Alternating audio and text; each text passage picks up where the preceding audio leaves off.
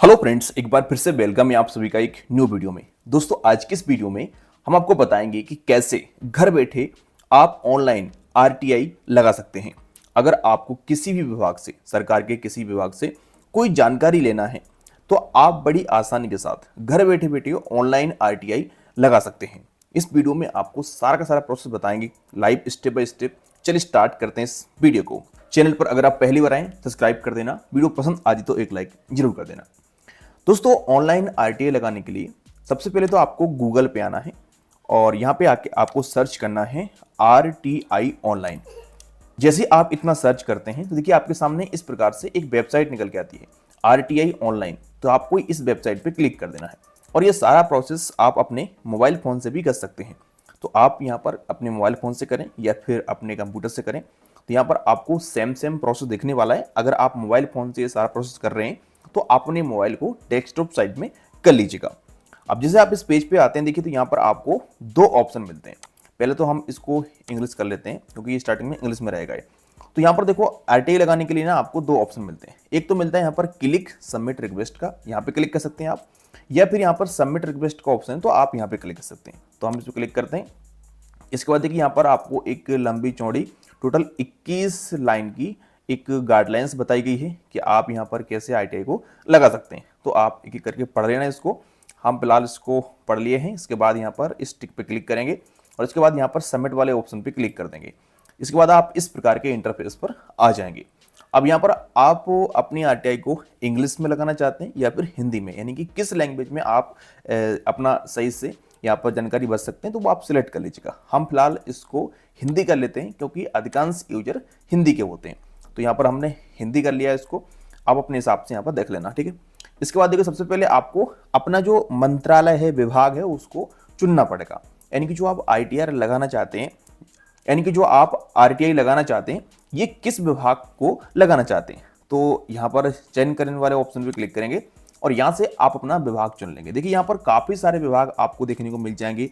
ऊर्जा मंत्रालय, औद्योग विभाग, कृषि सहकारिता किसान कल्याण विभाग, तो यहाँ पर काफ़ी सारे विभाग हैं। पंचायती राज मंत्रालय, तो आप अपने हिसाब से यहाँ पर रेल मंत्रालय हो गया, राजस्व विभाग हो गया। तो जिस भी विभाग से आपका कोई भी इंफॉर्मेशन आपको चाहिए तो वो यहाँ पर आप सिलेक्ट कर सकते हैं, ठीक है। सो आप यहाँ पर सिलेक्ट कर लीजिए कोई भी एक विभाग। मान लीजिए एग्जाम्पल के लिए हम यहाँ पर कर लेते हैं ग्रामीण विकास मंत्रालय, ठीक है। यदि एग्जाम्पल के लिए किया हमें तो यहाँ पर इसके बाद नीचे आप देखेंगे तो यहाँ पर लोक अधिकारी का यहाँ पर चयन करें, इस प्रकार का ऑप्शन रहेगा। इस पर आप क्लिक करेंगे और यहाँ से आपका जो है सब विभाग बोल सकते हैं आप, तो आप इसको सेलेक्ट कर लेंगे। यहाँ पर आपके हिसाब से अलग अलग जो विभाग चयन करेंगे उसके हिसाब से कुछ और ऑप्शन भी आ सकते हैं। तो जो भी आपका सब विभाग उसको आप सेलेक्ट कर लेंगे यहाँ से प्रकार से। इसके बाद यहाँ पर ओके वाले ऑप्शन पे क्लिक कर देंगे। अब नीचे देखिए यहाँ पर आपको अपना मेल आईडी देना पड़ेगा। ये मेल आईडी देना जरूरी है क्योंकि यहाँ पर आपकी जो सरकारी जानकारी है, नोटिफिकेशन है, अपडेट यहाँ पर आपको मिलेगी, तो आप यहाँ पर अपना मेल आईडी दे देंगे। इसके बाद यहाँ पर आपको अगर एसएमएस अलर्ट चाहिए तो आप अपना मोबाइल नंबर भी दे सकते हैं। तो यहाँ पर आप मोबाइल नंबर डाल देंगे अपना। इसके बाद यहाँ पर आपको फिर से अपने मेल आईडी की पुष्टि करनी पड़ेगी, यानी कि जो मेल आईडी आपने ऊपर दी है उसी को आपको नीचे डाल देना होगा। इसके बाद यहाँ पर आप अपना नाम डाल देंगे पूरा और यहाँ से आप अपना लिंग सेलेक्ट कर लेंगे, यानी कि आप मेल हैं या फिर फीमेल है तो आप सेलेक्ट कर लेंगे। इसके बाद यहाँ पर आप ये 3 कॉलम में अपना पूरा पता लिख देंगे। तो आप यहाँ पर अपना पूरा पता लिखिए, थोड़ा थोड़ा करके लिख देंगे आप तीनों में, ठीक है। इसके बाद नीचे यहाँ पर ऑलरेडी भारत रहेगा, तो अगर आप भारत से हैं तो भारत रहने दीजिएगा, वरना आप यहाँ पर अन्य वाले ऑप्शन पर क्लिक कर सकते हैं। इसके बाद यहाँ पर राज्य का ऑप्शन आता है, तो आप क्लिक करके अपना जो राज्य है उसको यहाँ से सिलेक्ट कर लीजिएगा। तो यहाँ पर जो आपको सारे राज्य मिल जाएंगे, तो आप जिस राज्य से बिलोंग करते हैं उसको आप यहाँ सिलेक्ट कर लेंगे, ठीक है। इसके बाद यहाँ पर पूछता है कि आप ग्रामीण क्षेत्र से हैं या फिर शहरी से क्षेत्र से हैं, तो हम इसको ग्रामीण कर लेते हैं। आप अगर शहर से हैं तो आप शहरी कर सकते हैं, ठीक है। इसके बाद यहाँ पर आपको अपना एजुकेशन सेलेक्ट करना पड़ेगा कि आप कहाँ तक पढ़े लिखे हैं या फिर आप अनपढ़ हैं।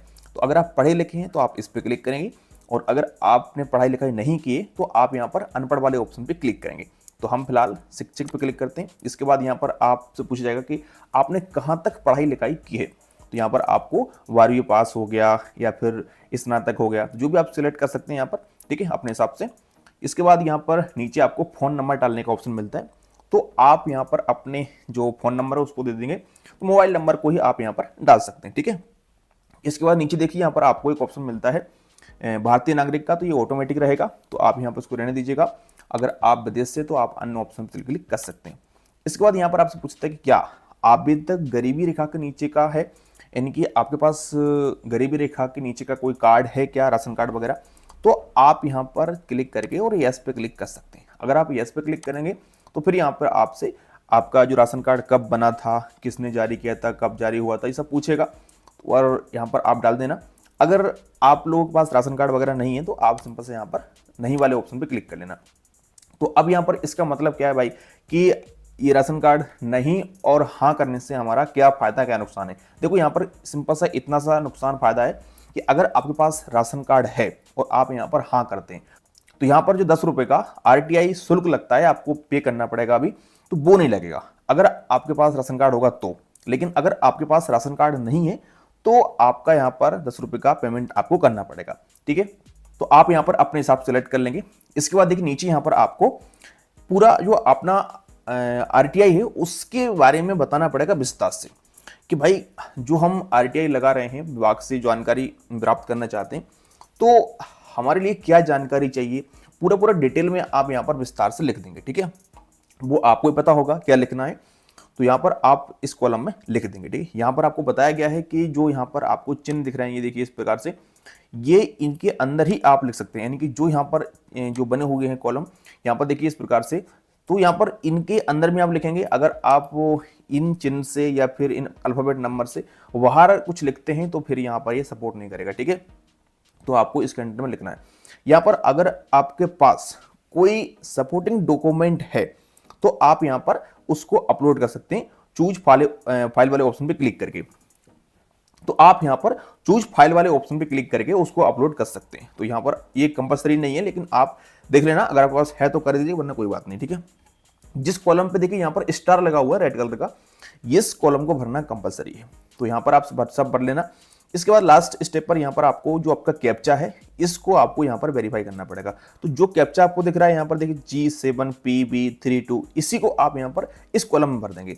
अगर ये समझ में नहीं आता है आपके में तो आप यहाँ पर इसको रिफ्रेश कर सकते हैं इस प्रकार से। ठीक है, तो नेक्स्ट वाला कैप्चा आपके सामने आ जाएगा। ये सब भरने के बाद सिंपल सा आप यहाँ पर भुगतान वाले ऑप्शन पे क्लिक करेंगे। अब जैसे ही आप यहाँ पर भुगतान वाले ऑप्शन पे क्लिक करते हो, इसके बाद क्या होगा कि आपको 10 रुपए का पेमेंट करना होगा। अगर आप गरीबी रेखा के नीचे आते हैं, आपने यहाँ पर अपना जो राशन कार्ड है इसको देखिए इस प्रकार से हाँ कर दिया है, तो अब यहाँ पर आपको 10 रुपए का पेमेंट भी नहीं करना पड़ेगा और सीधा जो आपका RTI है ये लग जाएगा। अगर आप पेमेंट करते हैं तो पेमेंट कर देना। पेमेंट करने के बाद आपके सामने एक स्लिप आपको मिल जाएगी, उसका आप स्क्रीनशॉट लेके रख लीजिएगा, ये आपके काम आएगा।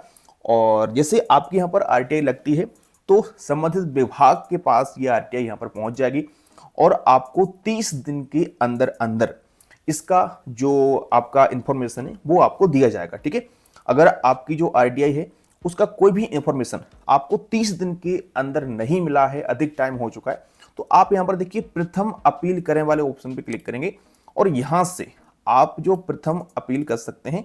तो यहाँ पर अपना जो RTI का अनुरोध पंजीयन संख्या आपको मिला होगा, तो आप वो मैंने बोला कि स्क्रीनशॉट ले लीजिएगा। वैसे तो ये आपके मेल ID पे ही पहुंच जाता है, तो आप वहां से देख करके और यहाँ पर वो नंबर डालेंगे और अपनी मेल ID डालेंगे, इस कैप्चा को भरेंगे और यहाँ सबमिट कर देंगे। तो जो आपकी RTI है ये प्रथम अपील यानी कि जो फर्स्ट लेवल अधिकारी है इसके पास यहाँ पर पहुंच जाएगी, तो फिर और अच्छे से इस पर कार्रवाई होगी। तो आप इसको कर सकते हैं और यहाँ पर जरूर इसके जो है आपको इन्फॉर्मेशन मिलती है। अगर आपने मान लीजिए कोई एग्जाम दिया है और आपको लगता है कि उसमें कुछ गड़बड़ी पाई गई है या फिर सही से उसका जो है रिजल्ट नहीं निकला है, कुछ भी ऐसा कुछ इशू अगर आपको लगता है तो आप बिल्कुल यहाँ से जो RTI है इसको लगा सकते हैं और उसकी इन्फॉर्मेशन ले सकते हैं। या फिर आपको लगता है कि यार मतलब जैसे हमारे गांव पंचायत में हो गया राशन बंटता है, तो आपको लग रहा है कि राशन जो डीलर है वो कुछ बीच में दलाली कर रहा है, तो आप उसकी इन्फॉर्मेशन लेना चाहते हैं कि भाई कितना राशन इस महीने में आया और कितना राशन वितरण किया गया।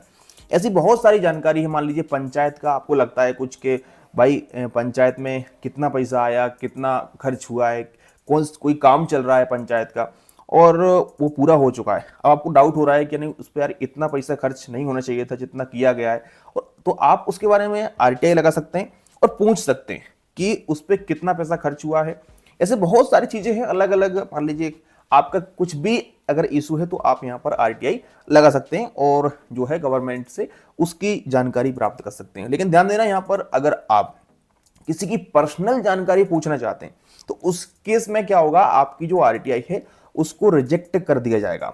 जैसे कि एग्जांपल के लिए मान लीजिए आप अगर आरटीआई लगाते हैं और आप पूछते हैं कि हमारे गांव में एक या हमारे शहर में एक स्कूल है सरकारी, और उस स्कूल में जो टीचर हैं उस टीचर की कुछ हमें डिटेल चाहिए, तो भाई ऐसे जो आरटीआई है इनको रिजेक्ट कर दिया जाएगा। तो यहाँ पर आपको ध्यान देना है कि कुछ जो आरटीआई आप लगा रहे हैं वो जेन्युइन होनी चाहिए, और मतलब ऐसा होना चाहिए जो कि एक लगना चाहिए कि हाँ भाई सच में गवर्नमेंट से आप इंफॉर्मेशन ले रहे हैं। सो इस प्रकार से आप घर बैठे बैठे जो अपनी आरटीआई है इसको लगा सकते हैं। आई होप कि जानकारी पसंद आई होगी। मिलते हैं किसी नेक्स्ट वीडियो में।